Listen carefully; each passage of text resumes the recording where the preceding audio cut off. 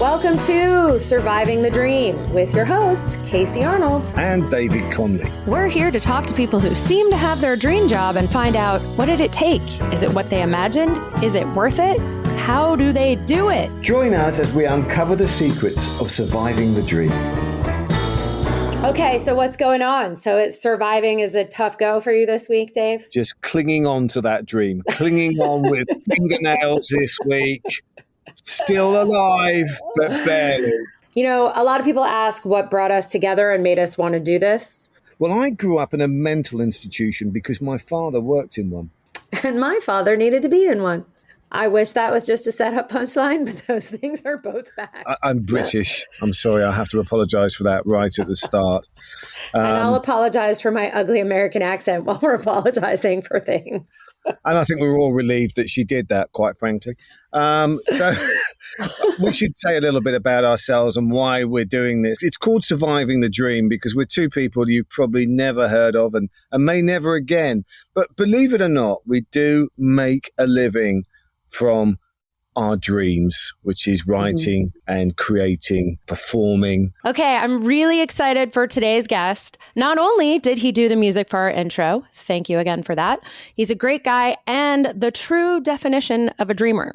He started working out in art and design during the day while performing in coffee houses and clubs during the evenings, till he became a fixture in the local music scene. He's a nice Jersey Italian boy, and now he is known as Wiser Time. He's a vocalist, songwriter, guitarist, and producer with a mad set of curls, and I need to talk to him about how he maintains them. Wiser Time's soulful vocals and musical style blend rock, Americana, blues, and folk. And I've been listening to it all morning and loving it and remembering why I love him so much. I discovered him in 2010 when I was looking for music for my documentary. He was kind enough to let me use one of his songs. Now he's back here again. Please welcome the super talented and delightful human, Carmen Sclafani. Hey, how are you? Hey. I'm nice to meet you. To be here. Nice to meet you, Carmen. I've been listening to your music. So you've got one more fan as well on the West Coast today. Oh, good. So that means now I have two. You've got at least two. That's a coffee house you could call almost full, actually. That's almost, right? I'm sure my mom is a fan also. She listens to everything that I do. Oh, good. Well, that's good to know. But seriously, I've been like rocking out to it all morning. And I have to say, and I hope you take this the right way, every time I listen to your music, I'm like, why is Carmen not like a huge star? Your voice is fucking insane. Your music is amazing. Like I have zero musical talent, so I just only have all respect and admiration for what you have happening. So, seriously, thank you so much. That's wonderful. And I'm just glad that we were able to come together and then I could contribute to that film. You know, I saw it again, as I told you, after we had gotten together and you first told me about this project. So I had to just check it out again. It's been such a long time since I did that. I was just amazed, blown away by how well that was done. So, thank you. We're talking about my documentary about my dad for people listening. Shameless plug, A Guy Called Dad, available on Amazon. Yeah, there's no shame in that, kiddo. That was great. Really happy to be a part of that. And thank you. Happy to be a part of this. And was all that original? That was original music composed for the film, was it? Well, I had a couple of songs that I had already recorded for my first album that I had done in 2006, and that's how we had connected. She had heard I don't know exactly. I found you through Music Gorilla, which a friend of mine from college started. And I don't know if I realized that was your first album, but I heard it and I was like, oh my God, this would be like having the Black Crows in my movie. How is this possible? This guy is so good. Yeah. And then, that's it. Just rolled from there. And we just kept in touch and, beautiful people. Speaking about the creative lifestyle, I think a big part of that is you have to surround yourself with creatives, with those types of people, and make sure that you keep real good ones in your orbit. If not, if you're not in a position to be with them all the time, interact with them all the time, you just have to make opportunities. And that's one thing I've really valued about our friendship is that out of that beautiful documentary that you did, we always stayed in touch. You'd talk about gigs, and you came out to gigs when I was out in LA doing Yes, stuff. come out more. I want to see you play more. Yeah, well, maybe this year I think I'm actually going to be doing a little bit more, so I'm actually looking forward to it. That'll be good. So wait, let's backtrack a little bit. How did you get started in music? Like when did you realize this is what you wanted to do? When did the dream begin? And like, what was the dream? Well, I think it's like a lot of young creative people, you when you're in a position, if you're fortunate enough to be in a position where you're not growing up on the streets or something like that, or in some, whatever, war-torn country or some, God forbid, some disease or something, but a normal kind of teenage kid, you're going out there and you're kind of discovering yourself, right? And figuring out who you want to be, who you are, what you're good at, what you're not, developing yourself. And I don't think it was any different than anyone else. It's the moment I heard Jimmy Page, like Led Zeppelin, something kicked in me. And I just started going backwards, from just going deeper and taking it back from not only musicians of that, obviously my own time, but of that period of time, those types of bands, and then going backwards deeper into blues and jazz and, branch into all sorts of things. But, and you had this idea of, rocking out at the Garden or, something like that, the first time you start a band or something like that. But in truth, just my family was very conservative and just things that were going down in my life. I wasn't really going down that road. And I was playing all the time, and I was in college and doing stuff. And, at that point, like, do you go down this road of jumping in the van and you're doing that whole thing, which I did plenty of van rides, but it's a different, at that moment when I was going to college, the internet was just starting. I mean, literally just starting. And what were you studying in college? Art and graphic design. But, to put it into perspective, this is in the early 90s. This is 91, right? And like all the tools that people use now in design, graphic design, art type things, like Adobe Photoshop, even if you don't know how to use it, you know what it is at this particular juncture in time. You know about Photoshop and all these kinds of things. I was the generation that, like, I remember version 1. Like they didn't have that stuff back then. You did mechanicals, illustrations for real, and then there was a process to get it into a magazine or something like that. So it was just a really interesting time because all these digital tools were coming up. The internet was this new. I saw it as an artistic medium. And there was no paradigm to follow. So for me, it was like, figuring out how to code something, taking an illustration or some design I did and putting it, online. How did you do it? With the notion that I wanted to build a record label. We just weren't there yet. How did those two go together? Well, because I knew the record business is not an easy road, and if you're not, you mean it was like your backup job? You mean? I mean, like coding and art and design and starting a record label. I was teaching guitar. I was doing all sorts of things to kind of cobble it together. But what happened was, I just started getting into coding, and then what happened was, and with the advent of like Photoshop and stuff like that, I was just a generation where I got a job at an ad agency because no one knew Photoshop. So they said, you're the guy to teach everyone how to do this. And then they said, we're going to do this thing called the internet. We're going to start making website stuff. So it was Don't tune out, millennials.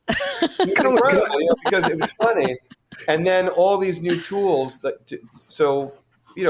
Digital distribution didn't quite exist at that point. You had, it was iTunes. That came out, and then you slowly started getting things. We went from the downloading place to then things like Pandora and whatnot. And my digital partner, I was making records, but not performing a lot. I was doing more New York City, the local stuff, trying to get discovered. And then just in the process of doing this stuff, I developed a path, between a combination of doing art stuff, concert posters. Now I actually have a digital distribution partner that I distribute records with. So, the large part of what I do work in is on records and in a number of different ways, whether it's a session, writing, producing, doing artwork. But all of that stuff has really allowed me to just kind of find my way through. Dave, I see you have a question. Yeah, I'm fascinated. I've been trying to get in here because I'm thinking like all these artists, like musicians. This connection with art is incredible. Like John Lennon, Paul McCartney, David Bowie, Jarvis Cocker, Simon Le Bon. I mean, I know I've just chosen a load of British artists, but they all went to art school. Yeah, great. Yeah, totally. And they all became pretty good musicians. What's the connection?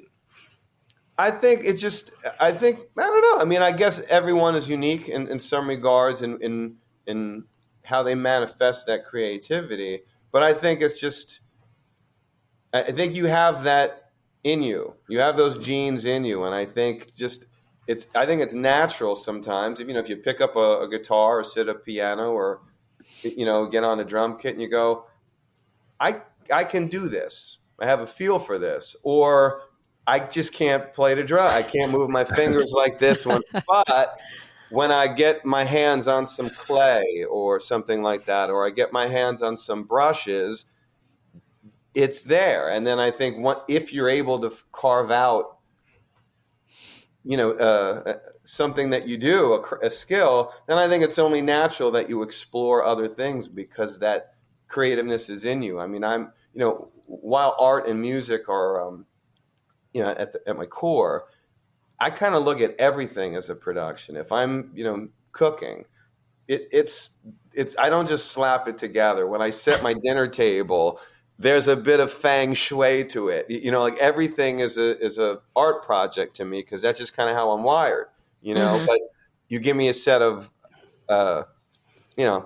stereo instructions or something, how to put together an office desk, and I want to pull my hair out. It doesn't appeal to me.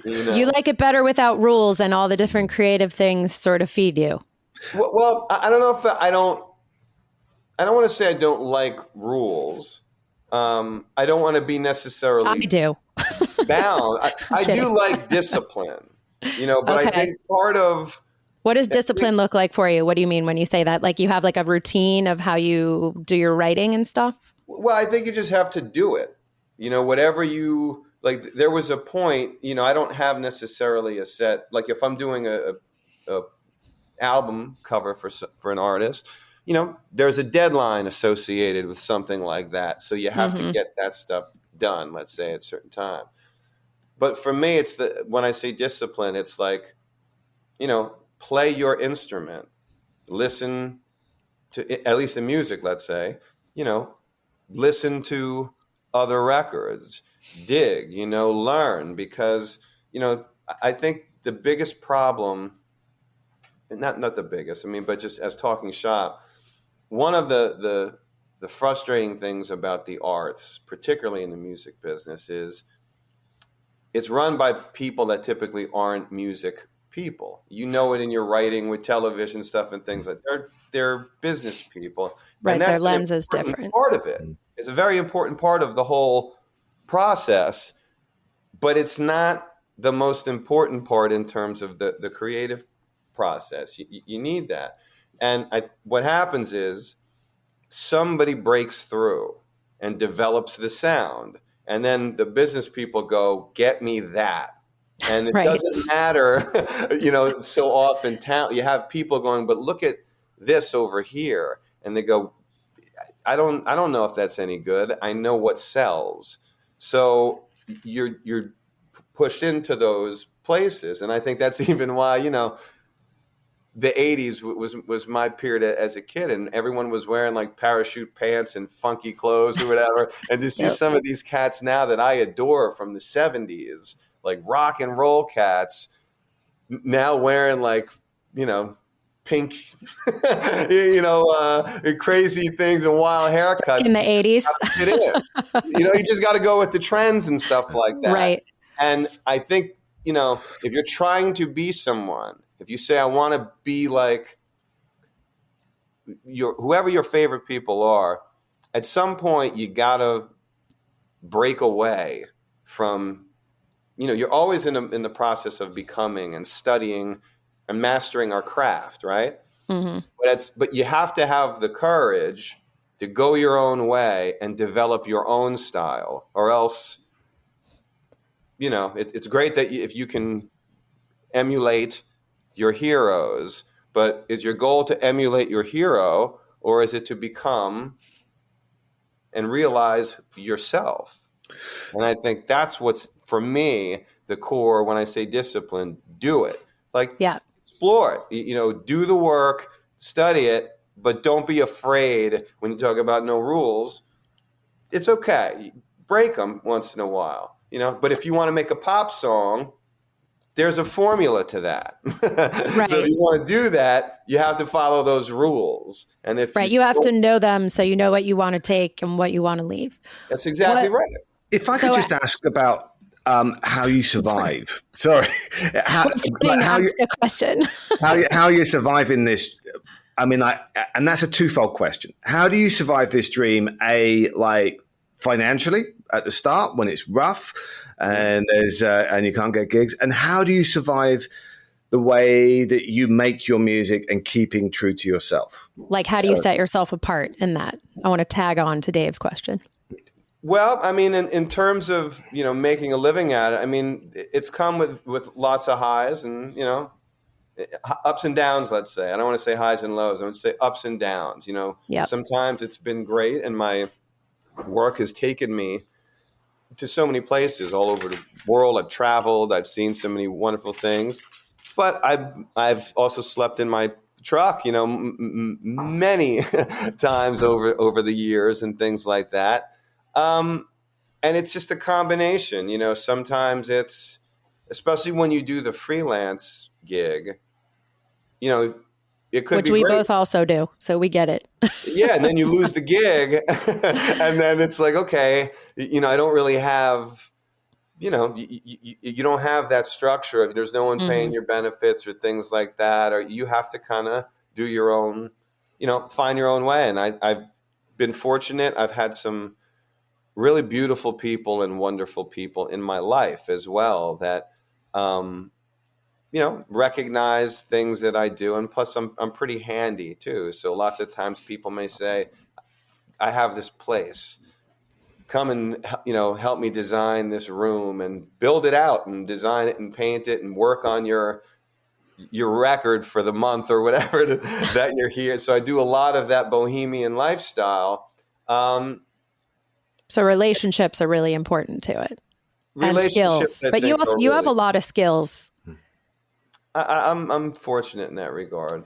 What do you ever find that, like, while you're doing these other things, because I know we're talking about how the different creativity feeds each other, like, are there certain things that inspire you more to write a song? Like, I've never written a song. But I know what it's like, for writing a script. Like, if I sit down and stare at the computer, sometimes something comes, but mostly my brain's like, this sucks. I don't want to do this. Let's get up and do other stuff. But I get up and start doing other stuff. Then my brain's like, ooh, ooh, ooh, ooh, ooh. And I'm like, oh, thank God for like my cell phone that I can just talk rambling things in there to put down when I sit and get into a stream. Like, is there something like that for you that helps inspire songwriting?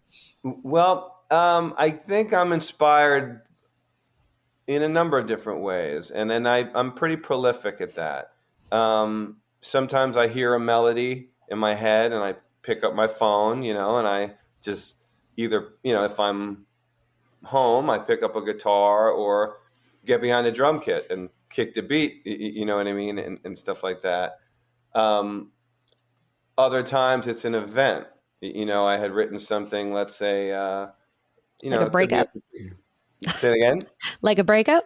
Could be a breakup. I mean, obviously some of my work can be a little topical as well, depending which way you go. So, I had written something at the passing of George Floyd when that whole event happened. Like, that was a topical thing that you said, if you're going to make a statement or say something, you have to say it now. You can't say that statement a year or two later, saying, "Hey, download my single that I'm trying." That's a moment that you have to, live in it. So inspiration for me comes in a lot of different ways. But to that thing you're saying about sometimes you sit at the computer, I always got to do something. I got to write something, and if I'm not feeling like saying anything, I always feel like playing something. I will always pick up a guitar and just jam. And if there's 10 seconds of a riff or something, I'll take that or just I practiced for for an hour and just locked in or something. But I always move. Keep the muscle sharp. How old were you when you started playing like guitars and drums and stuff? Well, I started playing actually. My parents. I have an older sister. She's 3 years older than me, and when I was 7, my parents had us starting to take piano lessons, and we had one of those really kind of old teachers. You slap your fingers and stuff like that if you're not doing it right and whatnot. I had so canceled these days. Yeah, absolutely. She couldn't get a job right now. She'd be unemployable actually. But I couldn't reach the keys, and my sister could. She'd be like, "Do this like your sister. Do this like your sister." And I was like, "Argh." So I just didn't. I knew I wanted to get into music, but I didn't really gravitate towards something until a friend of mine took guitar lessons, and he's like, "Why don't you come with me to my lesson?"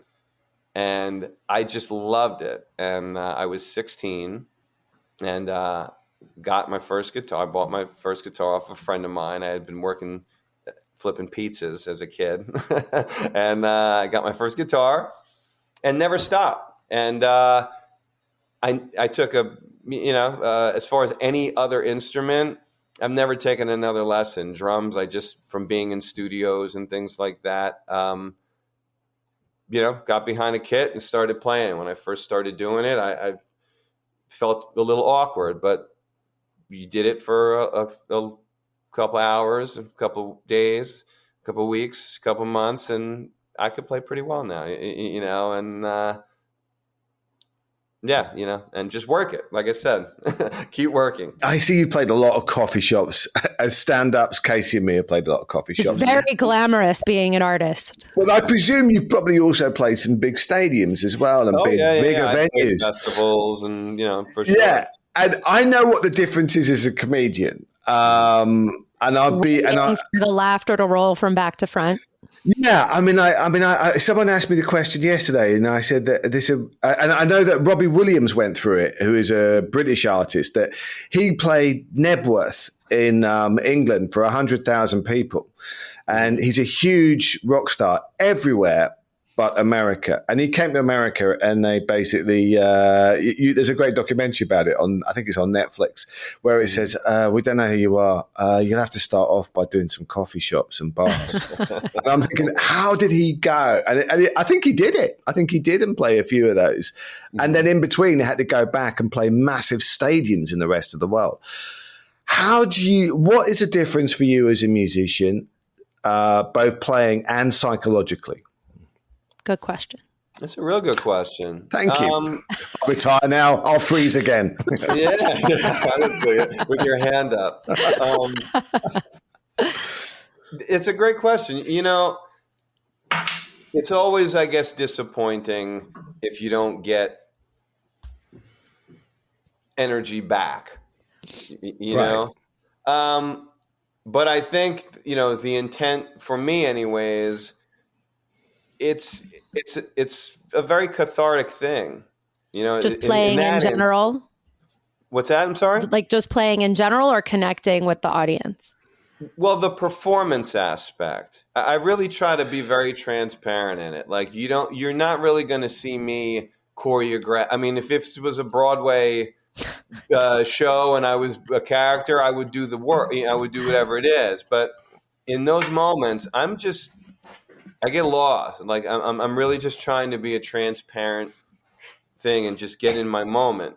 And I'm going to give it to you one way or the other. Obviously, if there's not a lot of energy or something coming back to bounce off you, it's going to be a different experience, but I'm there more for the experience. I'm not going to phone it in. I'll give you a lesson I learned a long time ago when I was really performing out a lot and with the band and everything. And I live in New Jersey, not far out of New York City. I was doing this gig in this place in Pennsylvania called New Hope, a really artsy kind of town. It used to be a little gem of an art community, and now it's kind of gotten very touristy, but wonderful little spot. And there's this place that I'm going to be playing actually in a few months just to get out again and have some fun with some artists I'm playing with. But it's a place called John and Peter's. It's like a dive bar that's been there forever, but Odetta and all sorts of people have played there. But it's a divey little, I mean, it's in the most heartwarming way. It's a dive, of a thing. But I love it. You love it. So the band was going to be playing there. This is when I was doing it a lot. And got there way early, set up, you're bringing in your own gear and you're walking down, whatever. And kind of one of my ritual things is if I'm in a place is I'll typically light an incense candle. And I want my scent, my essence to kind of be in a room. When people walk in, it's like they're walking into my living room. They're like, I smell Carm, before they even, I mean, obviously it wouldn't happen in some theater or something like that. But even on the stage, I'm always doing that. And this is packed. It fits 40 people, 50, 60 people outside the front door and everything kind of that. And it's early, 5 o'clock. I'm setting up amps there, and I see these two women sitting in a booth. And, just walking around, going about my thing. And they come up to me. And they say, Carmen? I said, yeah. And I said, hey, well, I'd love to meet you. I'm a big fan, whatever. I said, oh, wow, great. Thank you so much for coming out. And they got into this story. So one of them flew in from Chicago, and the other one drove up from Delaware. And wow. They're two girlfriends. They've always been, since whatever it is, 70s, going to shows together and whatever. And they said, hey, let's go. They picked this show to go to. And I was stunned for a moment because I said, you flew from Chicago and you drove from Detroit to see me play here? Like, I was totally blown away. And the green room they have is up these steps. It essentially leads to the kitchen, and then there's a little room in the back that's the green room. And the band was there. I said, listen, guys, I don't care if 5 people show up. I said, not like give everything you have because I can't believe it. I mean, the room ended up being packed. It was a fabulous night. But it was in that moment, I said, don't ever bring your disappointment onto that stage. Like, right. Great note.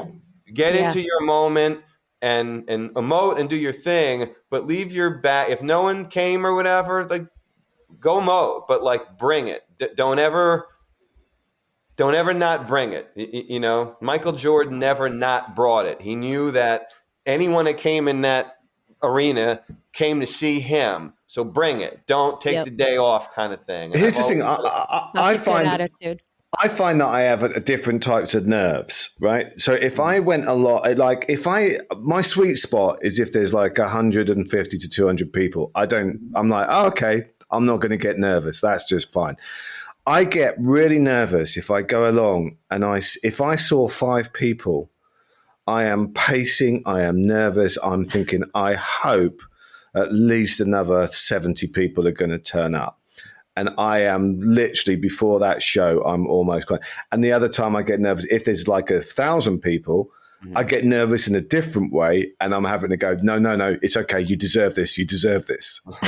I don't know. And I just wonder if Remember that. You work very hard for that. You work very hard for that moment.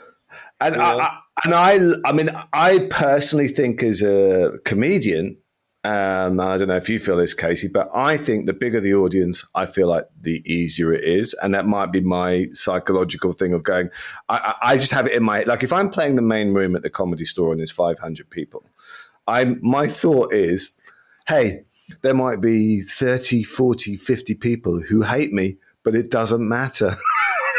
Whereas, They get washed out.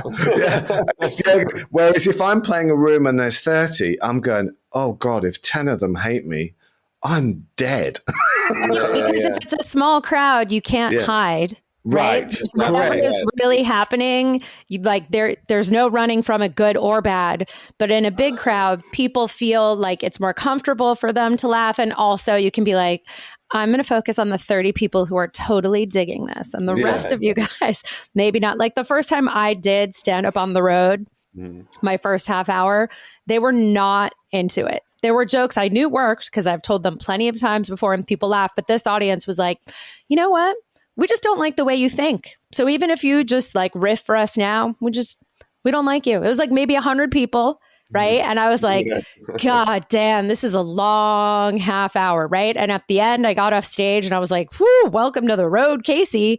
And 3 people came over and were like, oh my God, we're so sorry for the rest of everyone. We thought you were so funny. And it was like, great. I'm glad the 3 people enjoyed it. Like, I know I'm still funny, except I need to sit here for an hour and be like, oh my God, why do I want to do this? That was so brutal, awful, intense. And yet now, like audiences seem less scary because like once you've been through one of those moments, right? Like the what if that happens is no longer there. Like, have you ever like forgotten a song or like you're playing and you like totally mess up the tune and like instead of pretending you didn't, you're maybe like, hang on, let's take 2, like how, like, you know, like the 10,000 hours thing, like, do you feel like that shifts over time? How you show up in front of an audience? I think, I mean, I think it's all in many ways, you know, I mean, to the one thing about, let's say, you know, people and numbers and crowds, I mean, I tend to like you said, smaller numbers. I don't mean 4, you know, but it's you can connect, but you still get something back. Yeah. My sweet spot is my mom and dad. Yeah. Like, you know. Anything bigger than the living room is just too big. But like, you know, I mean, listen, even if those 3 people, let's say, right, out of the 30, right, you know, there's just an energy thing because a large crowd, there's going to be an energy in it because of the sheer number of it. Whereas even those 3 people, if they love you, there's only, you know, so much enthusiasm they can show before it gets really weird if they're like, you know, the 3 of them just, you know, doing cartwheels all over the place. You would even go, listen, I appreciate the right, like you don't have to overcompensate. It's okay. Don't worry about it. You don't like get off the pyramid that the 3 of you are making. I get it. It's all cool, you know? Yeah. It's the classic backhanded compliment from the audience, which I just hate when someone comes up. And sometimes I've come off a show and thought, oh, that went great. And then you meet people afterwards and they go, hey, I just want to let you know that audience didn't appreciate you, but I think you're good. And I go, oh, really? Did I just have a horrible night and I thought it was good? Is my family in the audience and I didn't realize it? Oh, were they really all hating on me and I didn't know? Oh, no. So, wait, I have a question since we're all talking about nerves. Like, do you have like tools that you use to help you manage nerves I've lost the ability to speak for performing? She's so nervous. She's so nervous. I'm so nervous. This audience is too big. It's the fact there's 3 of us on this. It's really made her nervous today. I walked into the room and it just tipped the limit of people watching. If we had 5, she'd be fine. She'd be fine. You know, I'll be honest with you. I don't really get nervous anymore. I mean, the first time, you know, when you're a young performer, I would get nervous. And like you said, oh my God, you broke a string or whatever. Mm-hmm. You know, you break out into a sweat, you have a panic and you think you're going to die. And then when you do it long enough, you realize you're not going to die. Just relax, whatever.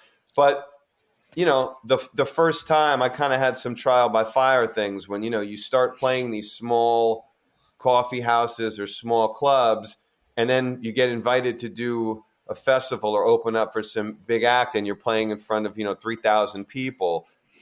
That was very nervous, those first couple of times doing that. But then once you did it and you kind of said, okay, well, I know where to put my gear. I know who to, I understand the process a little bit. Then it was like, I can't wait to play. Like, again, like I was just said earlier, you work so hard, you put so much into your craft. Yeah. I get me there. Like, I can't wait to get there. Yeah. You can't hold me back. Getting all that kind of feedback is what you're waiting for. Yeah. But and even if it's negative, I mean, I've, again, being a bit at times topical, I get bad emails or people send me stuff. I've had, things happen. I have people throw bottles at you and stuff. I mean, it happens, But what's the worst thing anybody has ever said to you? Because I know I don't want to get too deep into that, but what's the best thing anyone's ever said to you? Well, just so positive. Let's talk about the good times. We always joke, how it's like when you're following a dream, you believe in yourself because you have to an extent to create magic out of thin air. You have to. There ain't but no one there's else also that voice in your head that sometimes creeps in about doubt, right? Then you're like, no, you can talk yourself out of it. But if somebody comes up to you, like Dave was saying, if they come up after a show, like, we thought you were really good, people can plant little, doubt bombs that make you go off on a spiral. Probably less so now once you've been doing it for a while, you learn how to brush it off more. But I also just think it's amazing the things people feel comfortable saying, just even though it's hey, I'm just going to shit all over your dream real quick, even though I have none of your talent and none of your confidence and none of your drive, but meh. Well, but I think, in some of that, you say brush it off, and that's a way of looking at it. I think that's part of it. But I also think it, for me, I just try to process where it's coming from and the intent of stuff. At this stage of my life, I'm very confident. I don't mean this in an arrogant way. I mean this in a confident way. I know who I am and what I do. And I'm not trying to emulate. I'm influenced, and I want to be a receiver of all sorts of creativity. But I'm not. I know what I do, and I know the levels that I can do it at. And it's not me because I put up a Facebook page and I'm standing next to here's me next to a celebrity. I've had that affirmation from fans and peers that go, and fame has nothing to do with it. It would be great and a lot easier to, at times to get the material things or the security that we all want as creatives. How do we find that?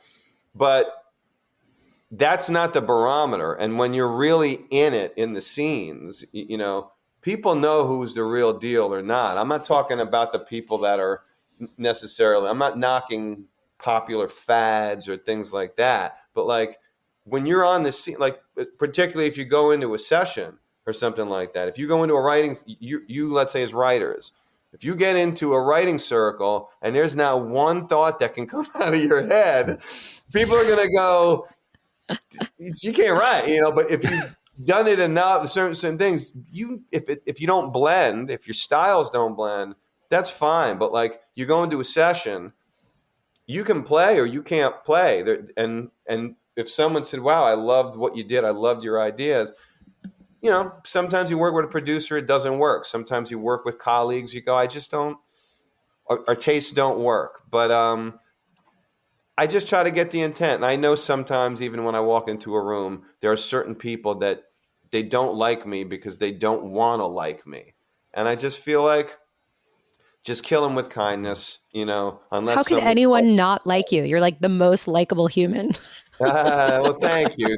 Next to you, Kate. But you'd be surprised. There's a lot of, a lot of craziness out there and, misguided, How would you define living your dream, do you think?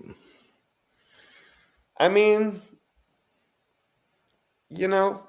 I feel like it's more like I'm living the daydream. And, I'm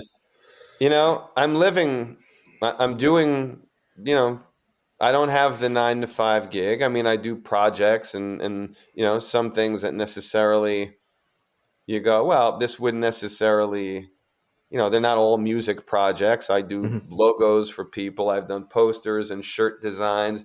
I'll do music for podcasts and things like that. And I mean, like, I enjoy that. We appreciate it. Yeah, I mean, like things like that there's a lot of ways of doing it. I mean, so the dream, I mean, ultimately, I wish if there's one area that I think I know I would love to be in a position to tour more for real touring. Like, I don't mean the slugging and I'll still do it, but not on that level. I don't get that joy. I would rather, I love the big gigs and love stuff like that, but that comes at there's a whole other process involved in that. And for me at this stage of my life, and just even I'm not old, but I'm not 22 anymore. And, you sleep in the car, you do that sort of thing, or, But also you've proven to yourself those things. I hear what you're saying. It's like doing stand up on the road. Like you're like, oh my God, I'm getting paid to do the thing I've always wanted to do. This is great. And then it's like, I'm gone all the time. I don't have any security or stability. I live out of a suitcase. These places, these places are rat holes. I'm tired. People at home don't invite me to stuff anymore because they assume I'll be out of town. And then it becomes a little bit of a question of like lifestyle. Is that part of what you're saying? Like you day to day, you get to do things you love, but lifestyle wise. I mean, to some degree, I've had I've had ups and downs, but I run in some pretty interesting circles, and Everybody download Wiser Time on iTunes or whatever you use, and discover Carmen Sclafani, because I want him to go on tour and enjoy life, and also be places that I can follow him on the road and watch. Oh, I would love it. I'd love for you to be a little a little Wiser Time, a little Wiser Time groupie, a little Wiser Time groupie, little deadhead. What about exercise and food and stuff like that? Because I know from being on tour, I've done a lot of touring, that gets quite tough when you're having to drive 250 miles a day. You get to your hotel and you go, oh, there's no gym here. McDonald's or Chili's. And what do I do? And I've got a show tonight, and I try and personally, I'm going, I want to eat at this time because I've got the performances that time, and I want to eat something pretty safe that is not going to give me trouble. So I'm not on. I've been there before where you go, oh no, I'm throwing up at 6 o'clock because I've eaten something and I've got a show at 7:30. Oh no, how do I do this? I mean, I always find that Dr. Theatre gets you through it, but how do you cope with that? You know what? It's just exactly like you said. I mean, the road is the road. And what I think a lot of people don't realize is, there's levels of it, obviously, but it's still the road. Yeah. And, and living out of a suitcase, not knowing, again, I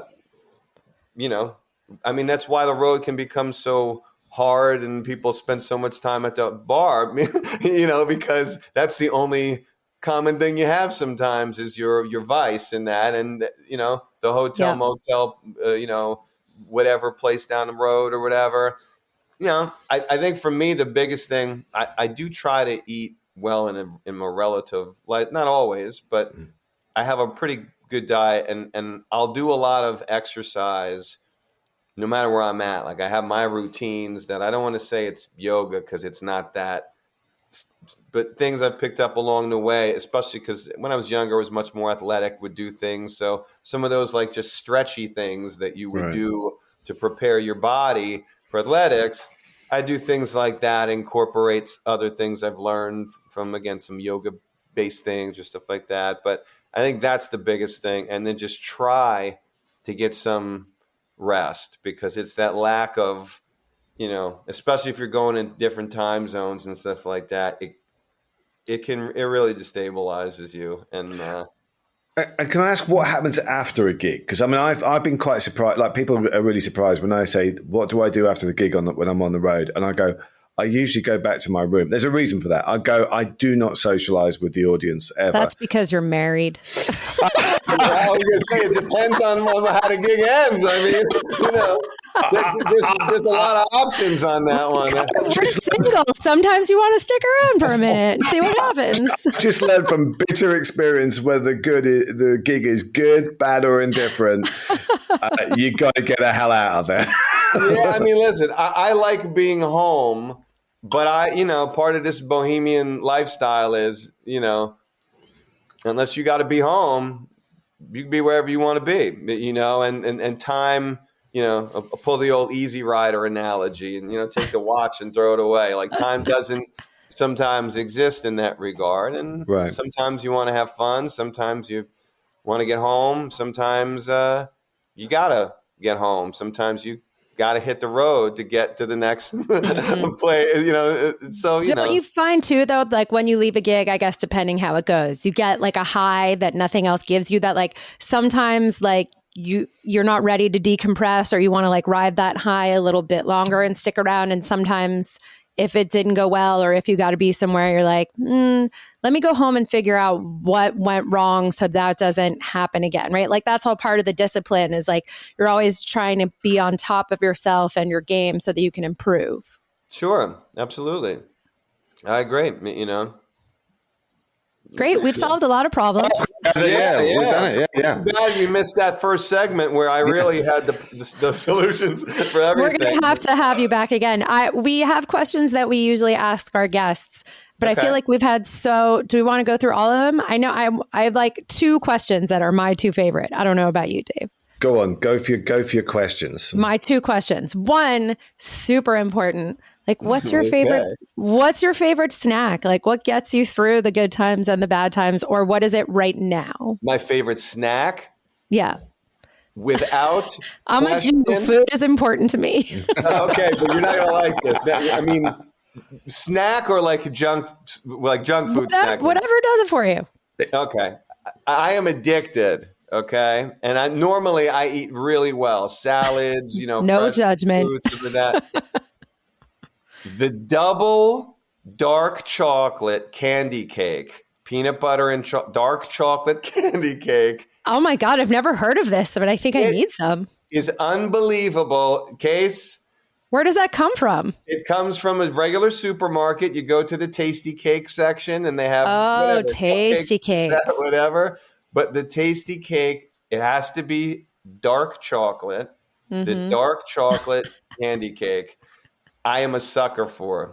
Do you ever like take it with you on the road? Is that like you're like sometimes when you do need the comfort or whatever? My supermarket knows when I come in, it's like the C parts and they just go get them. Like, I will have it's embarrassing sometimes when I come out of the supermarket. I'll come out with you're going with the bags now to take your bag. I have one bag just filled with dark chocolate candy cakes. It's terrible. Love that. I would not have seen that coming. Okay, my other question. Oh, and you want to get one in, Dave? I want to get one in. Then you can. I want to know, and I'm going to have what career would you pursue if we took away music and, in your case, art? What would you do? Oh, here we go.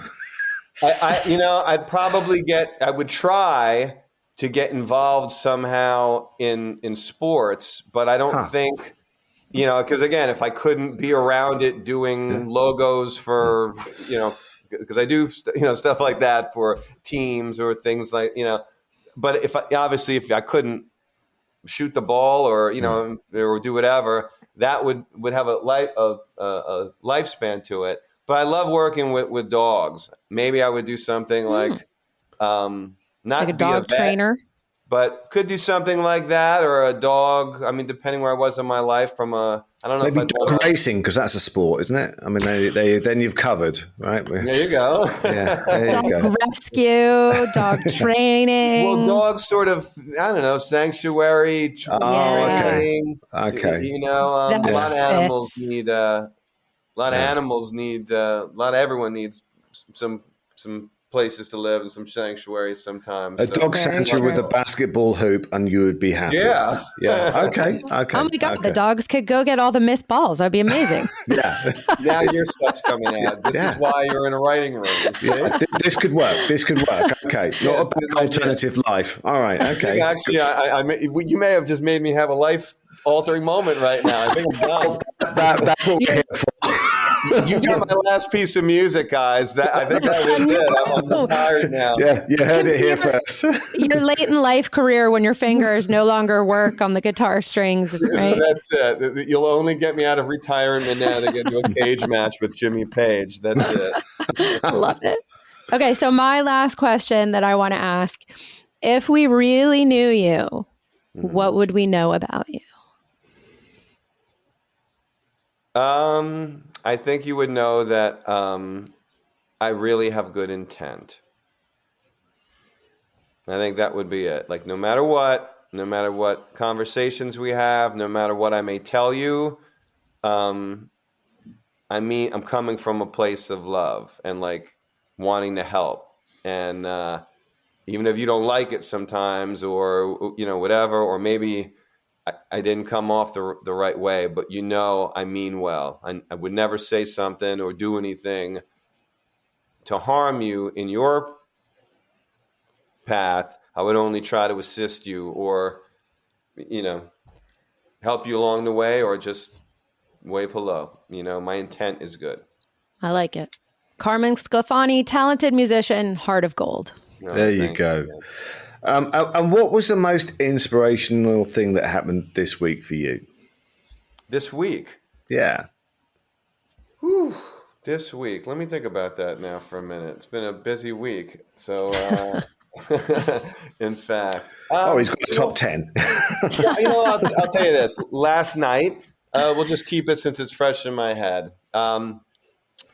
Got together with some creative mixing engineer, with a friend of mine, fellow musician who's been on such a large part of my Wiser Time catalog, drummer Steve Decker, fabulous drummer, doesn't live too far from me. And he is also, in fact, he'd be a great person to talk about. I mean, he's been hitting things with sticks since he was 16 years old. Love to have him. Love to hear about it. That's amazing. Who would know that could be a lifelong skill? Again, and it's the same thing. How do we get through it? Mm-hmm. But he's one of those cats that really, one, he's a great session player. So we do a lot of recordings together and stuff like that. But, part of this getting through, let's say, the creative process that you talk about, what often happens is, and depending what you do, but with musicians anyways, very often, people are on the road, they're playing in a number of different bands, different projects, different sort of things.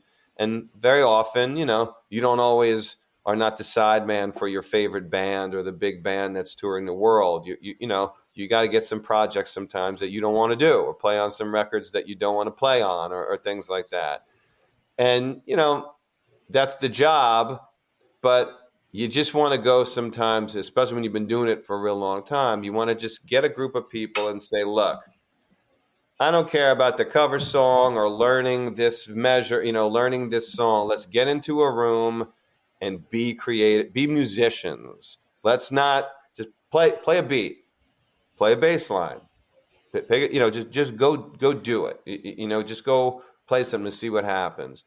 And often those circles are smaller, and they're all over the place in every city, town, whatever, But when you find one from your travels, you go, this is one of those people that you need to meet. You need to be in your circle, because at some point, I think, they see things the same way you see them. They hear things in a similar way that you hear them. They laugh at the same jokes that you're at. And when you find those people, you go, you know what?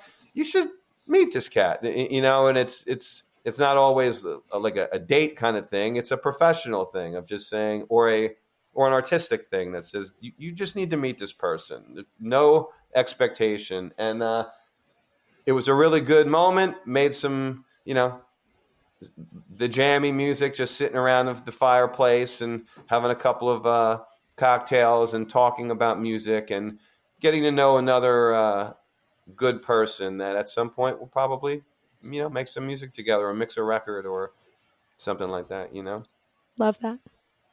Great. This has How been does a person- amazing. It has been amazing. It has. I love it. It was great. We could talk for hours. Probably people are like, I've already gotten to my destination. Can you guys shut up so I can turn this off? Yeah. When I'm listening to podcasts, I'm often like, I'm sitting in the driveway, but I'm just want to hear what they're saying in the final question. Yeah. We should be so lucky to keep people that engaged. I would like to maybe play a little clip of one of your songs before we're totally done. Can I do that? Of course you may. Thank you so much. What are you picking? Well, so as I've been listening to a bunch of stuff, I realized that one of my favorites is Blame It On Me. How do you feel about me playing that one? And well, a little funny how you would mention that. The drummer, most of my stuff through Wiser Time anyways, I'm pretty much the sole writer. But that particular track I actually wrote with Steve, the drummer I was with last night. That's funny. So that was a nice little segue. It's like I knew somehow.